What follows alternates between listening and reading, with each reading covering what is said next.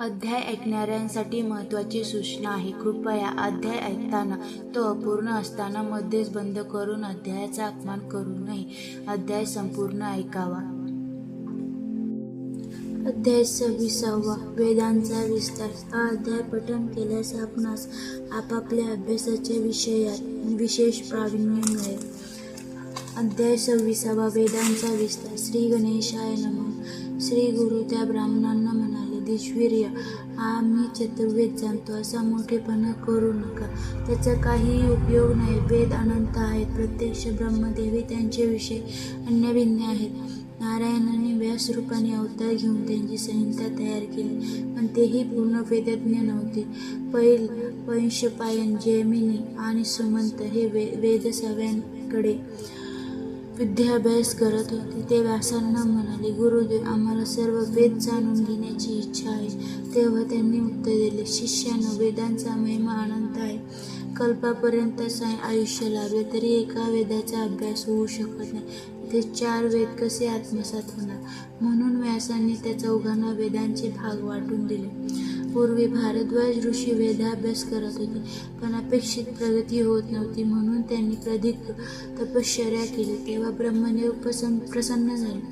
ते म्हणाले, वत्स, तुम्हाला काय वरदान हवे? भारद्वाज म्हणाले, मला ब्रह्मचर्य पालन करून सर्व वेद शिकायचे आहेत.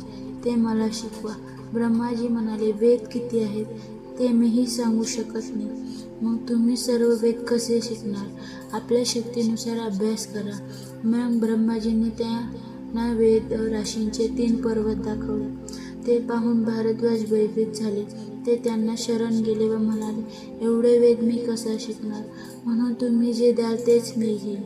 ब्रह्माजींनी त्यांना अभ्यासासाठी 3 मुठी भरून वेद दिले. भारद्वाजांनी त्या 3 वेदातील काही मंत्र वेगवेगळे करून 4था वेद तयार केला.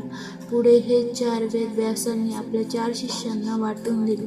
पैलमुनींना ऋग्वेद सांगितलं, वैशंपायन यांना यजुर्वेद सांगितलं, जैमिनींना सामवेदाची व सुमंतांना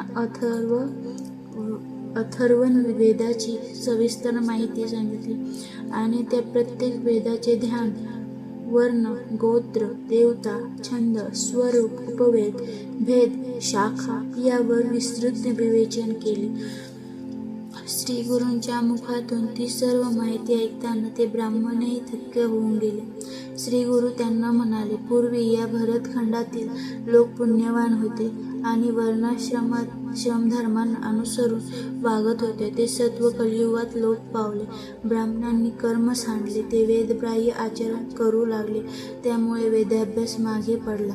ब्राह्मण इतके कर्मभ्रष्ट झाले की द्रव्याच्या लालसेने यवनापुढेही वेद पठण करू लागले. त्यांना वेदांचे रहस्य सांगू लागले. या अधोगतीला काय म्हणावे? पूर्वी वेदविद्येमुळे ब्राह्मणांना देवत्व प्राप्त झाले होते.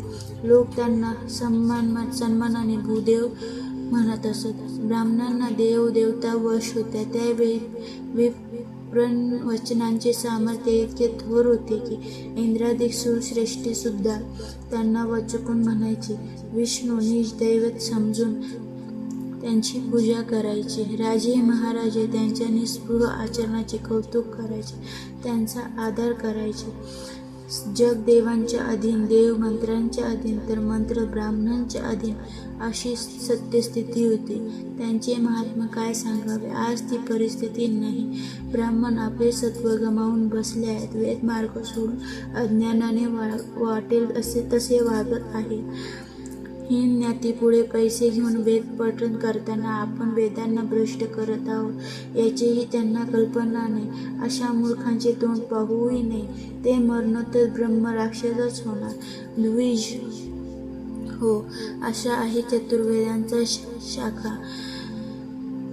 असे आहेत त्यांचे भेद. तुम्ही स्वतःला मोठे ज्ञानी समजता ना? मग ही माहिती तुम्हाला होती का? नाही ना? मग आम्ही चतुर्वेदी असा मोठेपणा मिरवून जगात आपल्या विद्वत्तेचा डंका कशाला पेटता? जयपत्रे मागत कशाला हिंडता? त्रिविक्रम भारतींना कशाला छळता?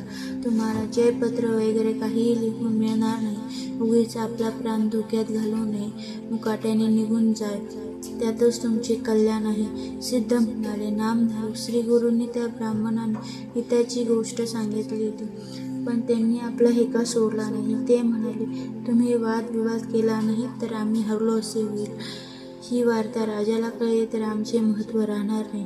नामधारक यालाच विनाशकाले विपरीत बुद्धी म्हणतात. ज्या द्विजांचे दिवस भरले होते म्हणूनच त्यांना आपले हित कशात आहे ते कळत नव्हते, असे मला म्हणावेसे वाटते.